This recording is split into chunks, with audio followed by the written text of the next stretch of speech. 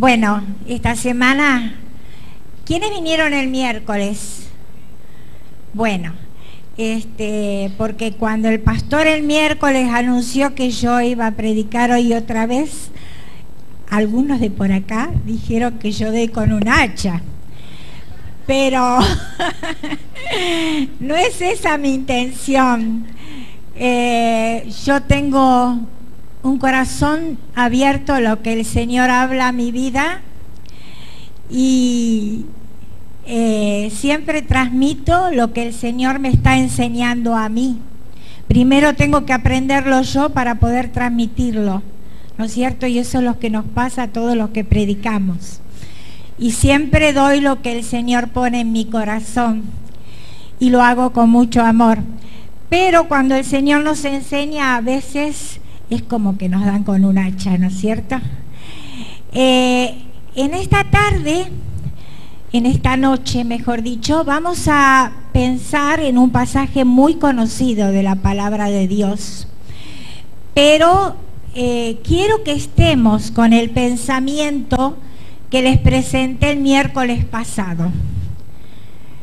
Yo creo que la vida del cristiano es una vida de decisiones.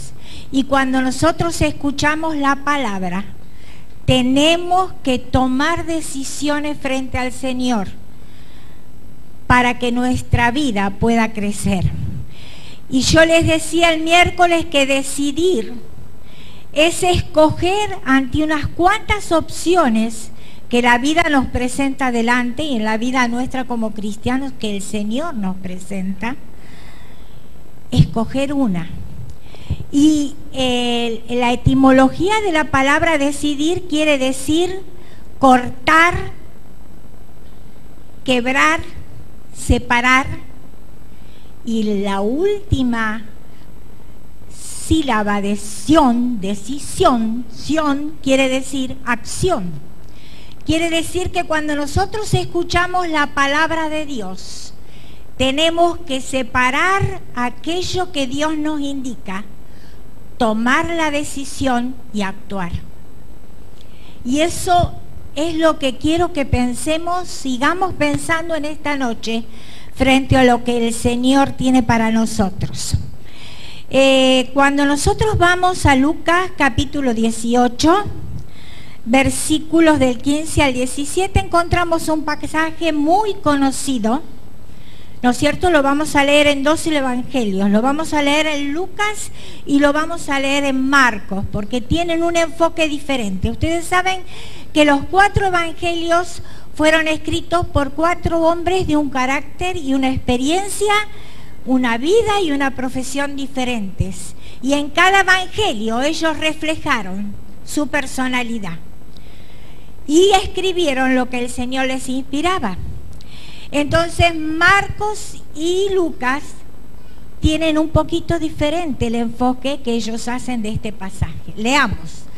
Traían a él, al Señor, los niños para que los tocase, lo cual viendo los discípulos le reprendieron. Mas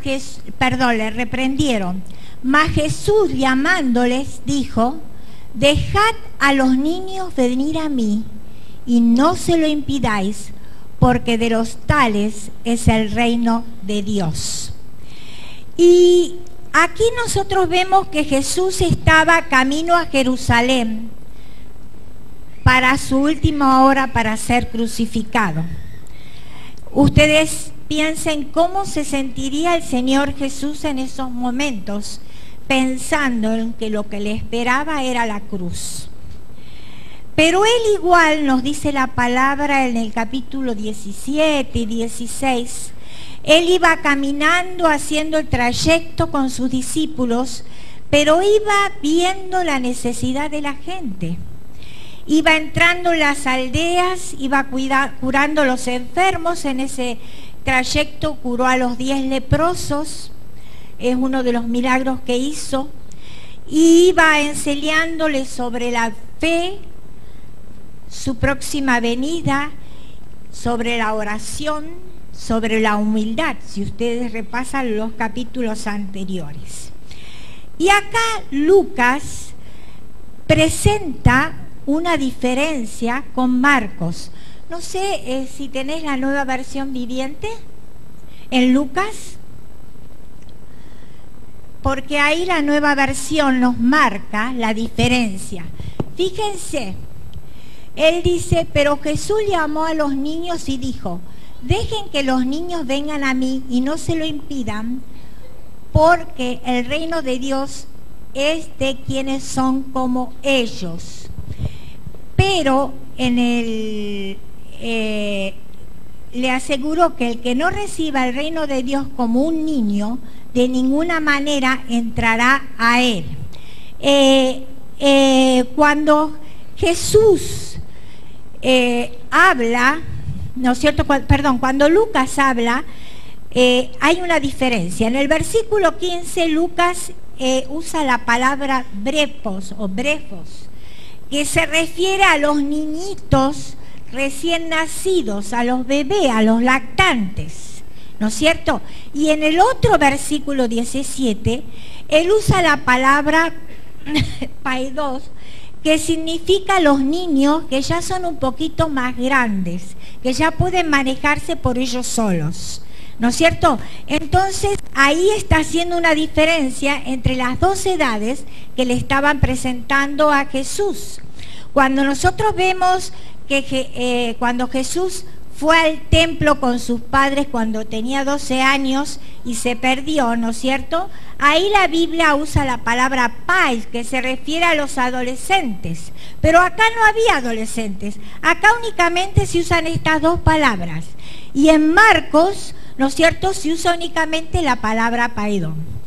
Ahora, es interesante pensar, ¿no es cierto?, en que Jesús dijo que si nosotros no éramos como esos niños, no íbamos a entrar en el reino de Dios. Ahora, esto no quiere decir que Jesús quiso decir que los niños no tenían pecado. La palabra de Dios nos enseña que nosotros nacemos todos con pecado. Los niños también nacen con pecado, ¿no es cierto? Pero los niños tienen una actitud diferente frente a la vida de la que tenemos nosotros. Ellos, cuando nosotros le decimos algo, por ejemplo, nosotros como padres, como abuelos, le decimos algo, los niños lo creen, y lo creen confiadamente. Y usted no le prometa nada a un niño y no le vaya a cumplir, o tenga un inconveniente porque tiene un gran problema. A mí me pasó esta semana con uno de mis nietos. Yo le prometí un regalo y después no lo conseguía el último día, y cuando le dije, mirá, no lo tengo, él se puso a llorar. Y a mí me agarró una angustia, entonces tuve que ponerme en campaña para poder conseguirlo. El niño cree lo que usted le dice, y lo cree, pero con toda seguridad. Y así debe ser nuestra fe cuando recibimos la palabra de Dios. Por eso él dice, si no fuereis como niños, si no tuvieres esa confianza, esa dependencia, esa seguridad de lo que yo puedo darte, no vas a entrar en el reino. De esa forma tienes que confiar en lo que yo he hecho por vos. Y eso es lo que quiso decir en ese momento el Señor. Ahora fíjense que en Marcos me gusta mucho lo que Marcos dice, porque Marcos usa otra explicación. Dice, y les presentaban niños para que los tocase, y los discípulos reprendían a los que los presentaban. Viéndolo Jesús se indignó y les dijo, dejad a los niños venir a mí y no se lo impidáis, porque de los tales es el reino de los cielos. Ahí hay una frasecita diferente, ¿no? Dice que Jesús se indignó de la actitud que tuvieron los discípulos de sacar a los niños porque les estorbaban según ellos. Los discípulos no entendían todavía a lo que iba Jesús a Jerusalén. Ellos creían que él iba a establecer el reino del Mesías. No entendían que Jesús iba a la cruz. Entonces estaban con otra mentalidad, tenían que cuidarlo al futuro rey, no tenían que permitir que les estorben, ¿no es cierto? Para ellos era diferente la situación y querían que Jesús esté tranquilo. Y dice que Jesús se indignó. La palabra indignó quiere decir un enojo fuerte, un enojo vehemente, con mucha emoción, pero también implica dolor. Indignarse también implica dolor. Y el Señor Jesús en ese momento se enojó por lo que ellos habían hecho, pero también le dolió la actitud de ellos, que aún no podían entender la verdadera misión del Señor Jesús. Y fíjense que ellos habían estado 3 años con Él y todavía no podían entender lo que Jesús estaba viviendo en ese momento. Ahora, cuando nosotros analizamos lo que Jesús hizo con los niños, tenemos que ver el contexto de lo que los niños significaban en esa época. Saben que en esa época, en la cultura romana, en la griega y en la judía también, los niños, las mujeres y los esclavos no eran dueños de su vida. Los padres romanos, por ejemplo, tenían la patria potestad. Hoy nosotros como padres tenemos patria potestad, lo heredamos de ahí, la ley, ¿no es cierto? Muy importante. Pero en ese tiempo no era como es hoy. El padre romano era dueño de su hijo hasta que el padre moría. O sea, el padre, hombre, el varón, era dueño de su hijo. Pero no solo era dueño de su hijo, era dueño de su vida, de todas sus decisiones y hasta de poder quitarle la vida, venderlo por esclavo. No interesaba el rango que tuviera su hijo, él seguía siendo dueño de su vida. Había límites que se establecían porque la sociedad no los aceptaba, pero la ley era así. Y cuando un niño nacía en Roma, lo presentaban al padre y lo ponían en el piso a los pies del padre. Si el padre se inclinaba a levantar ese niño en sus brazos, la familia lo recibía. Pero si el padre no lo levantaba, lo desechaban, lo tiraban y lo daban. Esa era la ley romana y más o menos parecida era la ley griega. Y saben que cuando un niño nacía defectuoso, lo ahogaban, lo mataban, no lo dejaban vivir. Porque para ellos era un estorbo. Y si era niña, también era un estorbo. Así que el padre podía tomar esa actitud y desechar a la niña. Entonces, ¿qué hacían con esos niños que eran desechados? Recogían gente que después los vendía cuando eran más grandes y podían utilizarlos como esclavos o a las niñas como prostitutas. Y con ellos ganaban dinero. Ese era el valor que tenían los niños en ese momento. Y en toda la historia nosotros vemos cómo los niños han querido ser matados. Ustedes vieron que en la época de Moisés, el faraón quiso matar todos los niños judíos cuando nacían para que no fueran peligro para él. En la época en que nació Jesús, Herodes mandó a matar a todos los niños menores de 2 años para que Jesús pudiera morir entre esos, ya que hacía poco que había nacido. ¿No es cierto? ¿Y hoy qué pasa? Hoy también queremos, ¿no?, hacer una ley que mate los niños para que no nos molesten.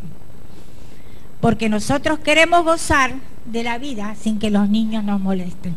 Esa es la ley. Y el otro día estaba leyendo un comentario, no sé en qué programa fue, y justo yo estaba leyendo sobre estas costumbres de esa época y me llegó tanto al corazón, hoy lo comentaba con mi familia, creo que fue en el programa de Mirta Legrand, un artista, defendiendo la ley del aborto, dijo que ella, si sabría que iba a tener un hijo defectuoso, abortaría. Ustedes saben que a través de análisis se puede saber si un niño es Down o si viene con algún defecto de parálisis cerebral o así, con estudios especiales se puede saber. Y en ese programa estaba un embajador y muy conocido. Y entonces este embajador nuestro en Ecuador. Y él tiene una hija con parálisis cerebral. Por la foto yo calculo que la niña debe tener 12, 13, 14 años. Y dice que cuando ella dijo este hombre se puso a llorar y le dijo: yo tengo una hija así y nosotros consideramos que tenemos un ángel en casa. Entonces, eso hoy pasa igual. No vivimos en un mundo diferente. Vivimos en el mismo mundo que vivía el Señor Jesús. Y el título que yo le había puesto al mensaje hoy era: no seamos estorbo. Cuando nosotros tenemos hijos, tenemos nietos, tenemos sobrinos, tenemos niños que están cerca nuestro, tenemos que pensar si nosotros verdaderamente somos a veces impedimentos para que ellos lleguen a Jesús, como fueron los discípulos, o somos medio para que ellos lleguen a Jesús. Esa pregunta nos tenemos que hacer cuando Dios pone niños cerca nuestro, a nuestro alcance y bajo nuestra responsabilidad. Y saben que yo me he puesto a sacar algunas causas pensando en la vida diaria, en mi propia vida, en la vida de mis hijos, de mis nietos y en la vida de aquellos que me rodean. ¿Cuáles son muchas de las causas que hacen que nosotros, como padres, como abuelos, como personas, seamos impedimento para que los niños puedan llegar a Jesús? Y es triste pensarlo, pero tenemos que pensarlo para sacar de nuestra vida aquello que esté impidiendo que nuestros niños lleguen a Cristo. Vamos a pensar en Marcos, antes de ver este pasaje de Jesús. Jesús habló sobre un tema muy importante que fue el divorcio. Y él explicó lo que era el divorcio, qué pensaba él del divorcio y bueno, las circunstancias que se vivían. Y eso me hizo pensar a mí, analizando el pasaje, que esa es una de las causas que las familias hace que cuando haya un divorcio en una familia, en un hogar, puede ser un impedimento para que el niño pueda ver claro el mensaje de Cristo. Ustedes saben que cuando hay un divorcio, cuando hay discusiones, cuando no hay entendimiento en un matrimonio, los niños sufren todas esas cosas. Y los niños son los más perjudicados. Pero el problema que pasa, que cuando una pareja tiene dificultades, la mayoría de las veces piensa en las dificultades que ellos tienen que solucionar, y que me hiciste esto, y que me hiciste el otro, y que me engañaste, y que no me engañaste, sea la causa que fuera, o porque me tratás así, o porque el dinero. Últimamente las causas de divorcio son muchas por dinero, por problemas económicos. Y los niños son olvidados. La pareja se pone a discutir y a resolver sus causas legales y todo lo demás, y los niños a veces son olvidados de qué va a pasar con los niños, ¿no es cierto? Y los niños están viviendo esa tensión y aspirando todo eso. Ahora, si es un hogar cristiano y tienen conocimiento de la palabra, ¿qué canal, qué medios son ellos para llevar los niños al Señor ante esa situación? Muchas veces tenemos que pensar, cuando vamos a resolver los problemas, cómo afectan a los niños, cómo los resolvemos. Porque somos responsables delante del Señor de esas decisiones que tomamos. Y la mayoría de los chicos con problemas, de los jóvenes y adolescentes con problemas, surgen de hogares divididos. Y eso afecta la posición del niño ante Cristo. También he visto cómo la forma de tratarse los padres entre sí afecta al niño. Si yo estoy tratando una situación problemática, tenemos un problema en la casa y tenemos que resolverlo, y nos ponemos a discutir delante del niño y levantamos la voz y más allá, y más allá, y más allá, y el niño está sintiendo todo eso. Y saben que cuando uno discute, ¿no es cierto?, se dice lo que tiene que decir y lo que no tiene que decir. Pero al niño le queda lo que usted dijo que no tenía que decir. Y hay personas que son muy violentas cuando se ponen a discutir y dicen cualquier cosa. No tienen límite en el vocabulario que usa. Y el niño está escuchando. Entonces después, yo quiero disciplinar al niño, ¿no es cierto? Yo discuto así con mi marido delante del niño. Y después yo quiero disciplinar al niño. Y el niño me empieza a gritar a mí, me empieza a decir un montón de cosas. Y yo le digo, no, vos no me digas eso porque yo soy tu mamá. Vos me tenés que respetar. Ahora el niño ha visto que yo no respetaba a mi marido, ni que mi marido me respetaba a mí. Ese es el canal que le damos al niño para que venga Jesús. Entonces, la palabra de Dios nos enseña que nosotros tenemos que enseñar al niño a través de nuestro modo de vivir. Cuanto menos cosas usted le dice a su hijo, no hagas esto, no haga el otro, no haga el otro, tanto no hagas, lo atormentan al chico. Pero si usted vive de una forma que el chico dice, mi mamá hace así, mi papá hace así, yo tengo que hacer así, es diferente. Yo me acuerdo de uno de mis nietitos, mi nietito de Buenos Aires. Mi hija no le grita, pero le habla con autoridad. Entonces, como ella le dice, escuchá lo que mamá te dice, y le hace así. Entonces él se para y le dice, el otro día yo estaba allá, no me levantes la voz ni me castigues. La misma forma que la madre lo reta a él le dijo a la madre, no me levantes la voz ni me castigues. O sea que el niño imita, ¿no es cierto? Él tiene 3 años. Y a mí me daba tanta gracia verlo parado delante de la madre haciéndole así con una autoridad bárbara, ¿no es cierto? Es gracioso, pero eso nos muestra que el niño imita. No interesa decirle tanto, no hagas, no hagas, no hagas, ¿no es cierto? Ahora, vamos a Proverbios 23, 13 y 14. ¿Qué nos dice la palabra de Dios ahí?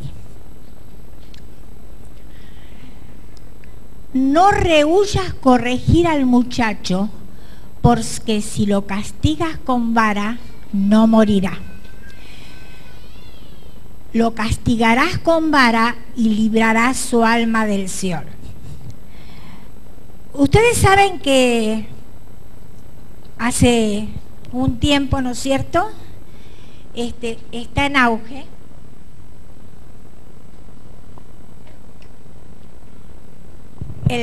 las leyes de protección al niño, que estoy de acuerdo con ellas.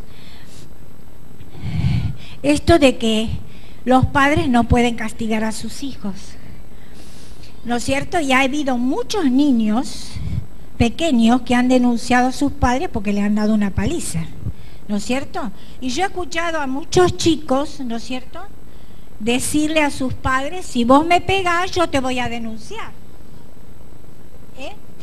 Por supuesto que estamos hablando del castigo que habla la palabra de Dios, ¿no es cierto? Yo nunca he sido amiga de pegarle a mis hijas.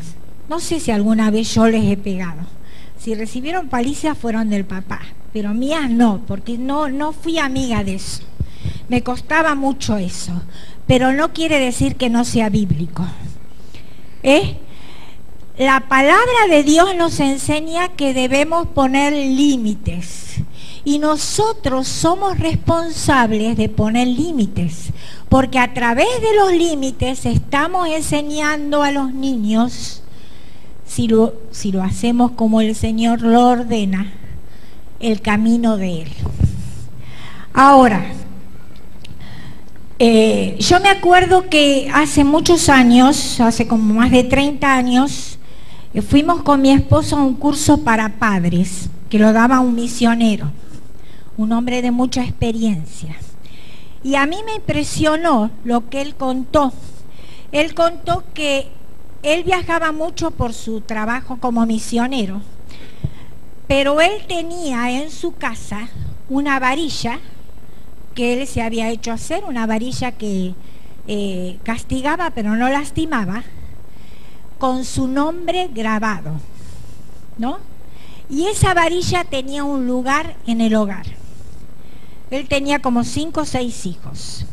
Cuando él viajaba, quedaba la varilla y los hijos sabían lo que ellos tenían que hacer. Y llegado cierto momento, después de advertirles, ellos usaban la varilla. Pero antes de usar la varilla, él paraba a su hijo, le decía por qué lo castigaba y oraba por su hijo para que Dios le muestre a su hijo por qué él lo castigaba. Y porque la palabra de Dios lo indicaba. Cuando él no estaba, su esposa podía usar la varilla con su nombre, porque era su autoridad. Y a mí esto me impresionó mucho, porque buscando la palabra de Dios vi que tenía respaldo, ¿no es cierto? Y acá la palabra de Dios nos dice que debemos poner límites a nuestros hijos. Y bueno, a veces no usaremos la varilla, usamos otras cosas para disciplinar a nuestros hijos. Lo que más les duele a los chicos es que le quiten lo que les gusta. Así que si usted a su hijo le quita lo que le gusta, es una de las cosas más efectivas, ¿no? Quítele a un chico la televisión una semana, el jugar a la pelota a los varones, ¿no es cierto? Mi hija practica mucho eso. Y bueno, es la forma de que el chico sepa de que si uno peca, tiene la consecuencia del pecado. Desobedecer al padre es pecado. El niño tiene que aprender que es pecado.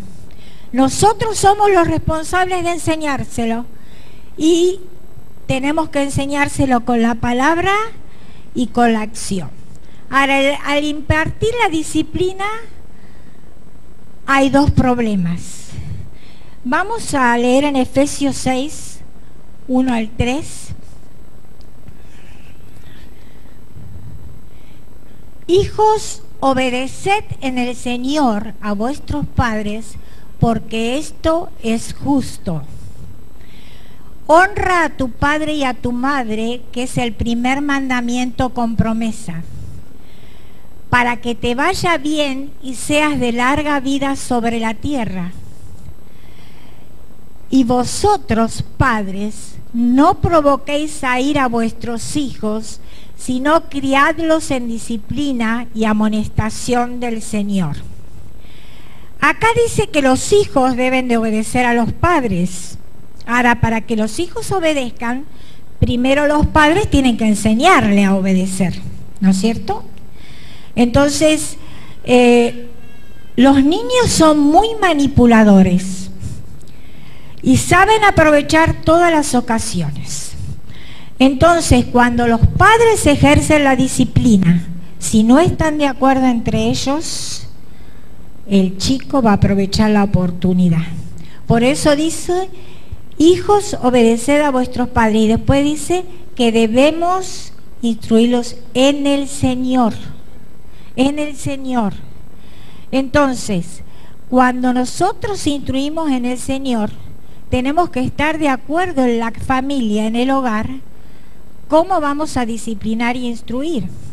Porque si el chico comete un error y usted y su esposa o su esposo se ponen a discutir delante del chico, no, no le pegues por tal cosa, no, pobrecito, no tal otra. El chico se da cuenta que ustedes dos no están de acuerdo, entonces va a trabajar en eso. Va a trabajar en eso. Y después va a ir demandando al padre lo que le hizo la madre y a la madre lo que le hizo el padre. Por eso tiene que ser en el Señor, tiene que haber unidad. Y nosotros debemos hacerlo en paz y armonía, los mayores. Los padres son los encargados de ejercer la disciplina, pero los abuelos también tenemos que apoyar. Yo a mis nietos no los disciplino porque no es mi trabajo. Eso es el trabajo de los padres. Yo a mis nietos los mimo mucho, pero no permito que hagan algo que sé que el padre dijo que no. Cuando ellos me piden algo a mí estando conmigo, yo digo, vamos a ver qué dice el papá cuando venga. Ay, no, pero el papá va a querer. Yo sé muy bien que el papá no va a querer, pero no importa, ¿no? Entonces me dice, no, si mi papá va a querer. Ah, no sé si va a querer, pero yo no te puedo decir porque yo no tengo autoridad. Cuando venga tu papá yo le pregunto, ¿no es cierto? Entonces nunca tenemos que romper la autoridad de los padres, los abuelos. Eso es pecado. Debemos apoyar la autoridad de los padres sin meternos en ejercerla nosotros. Eso es muy importante porque los abuelos somos muy importantes en la crianza de los niños cuando lo hacemos bien, cuando lo hacemos en el Señor. Si no, podemos ser un peligro en la familia cuando nos metemos en lo que no nos corresponde. Bueno, lo que yo quería decir, que siempre los padres tienen que estar de acuerdo en la autoridad que ejercen. Nunca desautorizarse uno a otro delante del niño. Si usted no está de acuerdo con su cónyuge, con lo que hizo, cuando van aparte le dice, mira, me parece que esto no va. Y si hay que levantar un castigo que fue dado mal, lo tiene que hacer aquel que lo hizo al castigo, o sea, aquel que dio el castigo. No yo ir a levantarle el castigo que dio mi esposo. Nunca debemos quitar autoridad. Siempre tenemos que hacer que el niño respete la autoridad que Dios nos ha dado. Ahora, los chicos saben manejar muy bien esto. Y tenemos que tener mucho cuidado, porque Satanás, aunque ustedes se rían de lo que yo les digo, Satanás los utiliza para que los padres peleen, para que estén en desacuerdo. Lo utiliza al mismo niño para romper la armonía de la familia. Entonces nosotros tenemos que actuar con la sabiduría del Señor para que eso no pase. Eso trae grandes conflictos en el hogar. Y después al final los hijos terminan haciendo lo que les da la gana y los padres siguen discutiendo. Yo me acuerdo que mi otra hija, la más chica, cuando era chiquitita, era muy mimada del padre. Entonces, ella cuando el padre no estaba y yo quería ponerle disciplina en algo, ella siempre me amenazaba. Ay, cuando venga el papá le voy a contar. Cuando venga el papá le voy a contar. Y yo me hacía la tonta y la dejaba que pase. Pero un día ya me cansé de cuando venga el papá le voy a contar y le digo, bueno, cuando venga el papá le vas a contar. Entonces cuando el padre venía, ellas iban a su pieza y yo le servía la comida a mi marido venía a comer tarde. Y ese día le digo a mi marido, mira, la voy a llamar a la Noemí, porque me estaba amenazando así, sí que la voy a llamar para que te venga a contar. Entonces yo le decía, Noemicita, venía a contarle al papá lo que tenías que contarle. Y ella se hacía la tonta. Noemicita, le digo, venía a contarle al papá lo que tenías que contarle. Y no aparecía. Entonces me fui a buscarla para traerla y no quiso venir. Nunca más me amenazó, le voy a contar al papá. Porque sabía que si ella le contaba al papá, el papá iba a implementar el castigo necesario. A lo mejor el que no le había dado yo. Entonces no tenemos que dejarnos manejar por los niños cuando tenemos la autoridad. Ahora, ¿saben que hay otras cosas muy importantes que a veces se hacen ahora en los hogares y que son mucho daño para los niños? Por ejemplo, padres que utilizan pornografía. Podemos hacerlo oculto de los niños, pero igual cae el pecado en los niños y perjudicamos a los niños, porque eso es un pecado muy grave contra Dios, mirar, utilizar pornografía. Y nosotros pensamos, no, el chico no se entera, ¿no es cierto? El chico no se entera lo que yo veo, lo que yo hago, lo que yo escucho, pero el chico lo recibe. Es como una maldición que el niño va recibiendo de eso que el padre se va alimentando, la madre. ¿Por qué? Porque eso se transmite y se ve en la forma de vivir de los padres. Y los padres lo reciben. Mire, la semana pasada me llamó una madre de la iglesia donde nosotros pastoreábamos, porque su hijo había tenido una crisis nerviosa. Este chico le agarra de vez en cuando, es un muchacho grande, ya un hombre, y él, una vez me había comentado que su padre veía pornografía y que lo había descubierto ya grandecito. Y él siguió con todo eso guardado. Nunca dijo nada, pero siguió con todo eso guardado. Y el otro día le agarró una crisis y se paró delante del padre, que ahora tiene 80 años, y le empezó, claro, él estaba descontrolado, pero evidentemente era todo lo que él tenía dentro. Y se paró delante del padre y le empezó a gritar: vos me hiciste muchísimo daño a mí, porque muchas veces cuando yo me levantaba de noche, yo te veía viendo películas que no tenías que ver y escuchando cosas que no tenías que ver. Y bueno, y ahí le empezó a decir un montón de cosas más. Habían pasado como 25 o 30 años. Y él en su crisis le empezó a gritar eso al padre. Miren el daño que este hombre le ha hecho a ese muchacho. Entonces, las maldiciones del pecado las estamos transmitiendo a nuestros hijos. Y eso es una cosa muy, muy delicada. Ahora, ahí dice que los padres no debemos hacer airar a nuestros hijos, ¿no es cierto? Muchas veces cuando nosotros implementamos la disciplina, lo hacemos porque estamos enojados. Nosotros a veces les ponemos límites a nuestros hijos, pauta. Esto no lo podés hacer, esto no lo podés hacer. Pero resulta que llega un momento que yo estoy en otra cosa y me hago la tonta y veo que el chico lo está haciendo y el chico lo hace. Pero al otro día yo estoy muy nerviosa porque tengo mucho trabajo y porque tengo una carga, tengo una cuenta que pagar, y el chico me agarra mal y yo me enojo y lo reto y le digo de todo y le implemento una disciplina porque yo estoy mal por otro problema y me lo descargo con el chico. Esa disciplina no es del Señor, esa disciplina es del diablo, porque yo estoy descargando mi bronca de otra cosa sobre mi hijo que no tiene nada que ver.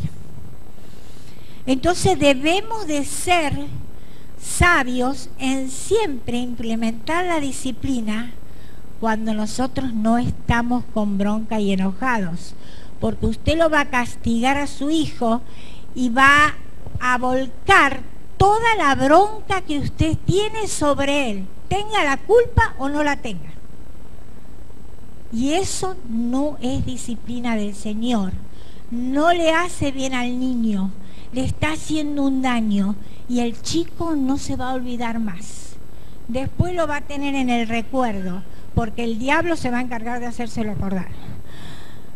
Entonces tenemos que ser muy sabios cuando ponemos límites y cuando ponemos disciplina de que sea del Señor. saben que los padres, hay cosas fundamentales que debemos hacer en disciplina y enseñar a nuestros hijos. Enseñarles la palabra, orar por ellos y traerlos acá a la casa del Señor.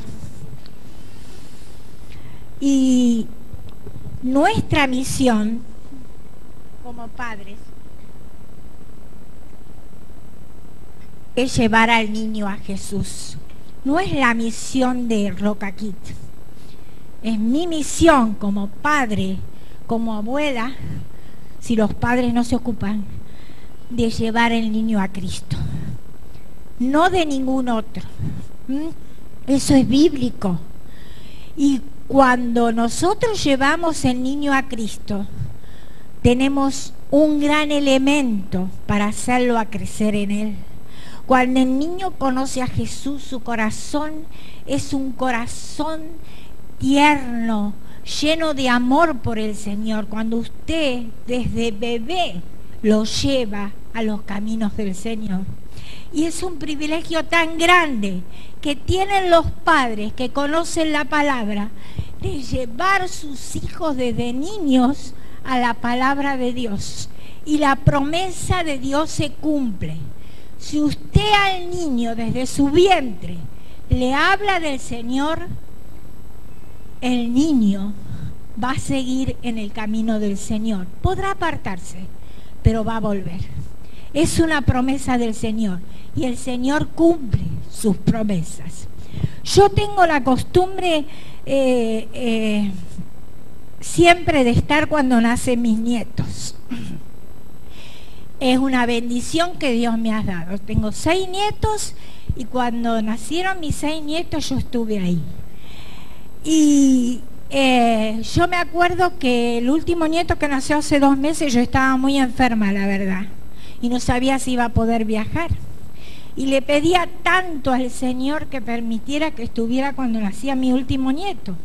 Bueno, el Señor me permitió curarme e ir. Pero hay una cosa que he visto que mi hija aprendió, porque yo lo hice siempre cuando mis hijas eran bebé y lo he hecho con mis nietos. Y yo siempre a mi hija, sobre todo de Buenos Aires, le ayudaba mucho con los 2 bebés que tiene y los hacía dormir desde recién nacidos y les cantaba y los arrullaba, les daba la mamadera. Pero yo siempre tuve la costumbre de hablarles desde bebé chiquitito. Mi nietito último tiene 1 mes y medio ahora. Pero yo desde los primeros días que lo hacía dormir en el sanatorio, le oraba, le hablaba del Señor, acariciaba su cabeza y yo veía cómo, lo veo en mi nietito más grande, él recuerda todo lo que yo le cantaba desde que nació. Y él se acuesta y me dice: abuela, cantame, le tengo que cantar canciones y canciones de la palabra. Y él escucha y las repite. Y después se las canta al padre. Cuando el padre lo hace dormir, él le canta las canciones que yo le enseño. Eso hace que el niño, ¿no es cierto?, ya esté sintiendo la obra del Espíritu en su vida. Y Dios va obrando. Si a un niño le duele la panza, uno se ponga a desesperarse porque al niño le duele la panza. Agárrelo al niño, póngalo sobre su vientre, tóquele su cabeza, ore al Señor y va a ver cómo el Señor va a traer paz a la panza del bebé. El Señor lo hace. Yo lo aprendí porque al principio con mi primera hija me enloquecía cuando le dolía la panza y me ponía peor que la criatura y hacía más lío. Pero cuando yo aprendí eso, el Señor hizo que yo pudiera utilizarlo. Y eso es lo que desde el niño, cuando recién nace, la palabra del Señor se va impregnando en su vida. Esa es nuestra misión, ¿no es cierto? Disciplinar, enseñar, orar. Y fíjense una cosa muy importante. Así vamos formando el carácter de nuestros niños. Leamos el último versículo de Tito 2, 6 al 8. Y ahí el apóstol Pablo lo instruye a Tito de qué cosas tenía que enseñar él. Exhorta asimismo a los jóvenes a que sean prudentes, presentándote tú en todo como ejemplo de buenas obras en la enseñanza, mostrando integridad y seriedad. ¿Qué integridad tenemos nosotros frente a nuestros niños? ¿Qué les mostramos nosotros a nuestros niños cuando vivimos todos los días con ellos? Eso es lo que la palabra de Dios nos pide. Que nuestra vida muestre de tal forma que formemos el carácter de nuestros niños en Cristo. No seamos estorbo a nuestros niños. Seamos edificadores de cada una de sus vidas. Para eso Dios los pone delante de nosotros. Pero cuando haya que poner límites, también sepamos hacerlo para no hacerles daño. Yo siempre le digo a las mujeres, si usted tiene la autoridad del Señor, no tiene que tener miedo de ejercer disciplina, aunque su hijo tenga 25 años. Si su hijo tiene 25 años y está en su casa y no se comporta como las normas de la casa lo dicen, usted tiene la autoridad del Señor para que su hijo le obedezca. Ay, no sé qué hacer con mi muchacho. Miren, les cuento para terminar un ejemplo de mi vida. Yo salí de mi casa a los 18 años. Volví a mi casa después que terminé el seminario y vivía en mi casa y trabajaba en la iglesia. Me puse de novia, tenía 25. Mi papá me dijo que yo no podía volver a mi casa después de las 12 de la noche. Tampoco me dejaba salir sola con mi novio. Entonces, un día llegué tarde, llegué como a la 1:15 porque fuimos a un casamiento y qué sé yo, hubo problemas, y mi papá me llamó y me dijo, yo te he dicho a vos una cosa y vos no la cumpliste. Así que no hay ningún problema. Vos estás en desacuerdo con lo que yo te he dicho. Y bueno, papá, la verdad que muy de acuerdo no estoy. Tengo 25 años. Ah, bueno, vos tenés 25 años, perfecto. ¿No estás de acuerdo? Perfecto. Actúa como vos quieras. Ahí está la puerta. Andá, viví como vos quieras. Ahora, si estás acá, volvés a las 12 de la noche. Ahora, ¿qué hice yo? Me moría de bronca, por supuesto. Pero mi padre me había enseñado que yo tenía que respetar su autoridad y me lo enseñó en el Señor. Entonces yo no podía irme de mi casa porque era un mal testimonio. Entonces yo me la aguanté, mi novio me dijo, vamos a casarnos más rápido porque si no vamos a tener problemas. Y al año nos casamos, pero respeté lo que mi papá me dijo. Entonces, si usted tiene la autoridad del Señor, no tenga miedo de ponerle límite a sus niñitos, porque la autoridad la da el Señor. Y si usted ha enseñado en el Señor, no se va a equivocar. Quiera Dios que tengamos decisiones sabias con nuestros hijos y podamos ejercer la autoridad que el Señor nos da en las manos de los niños que Él puso con nosotros. Que el Señor les bendiga.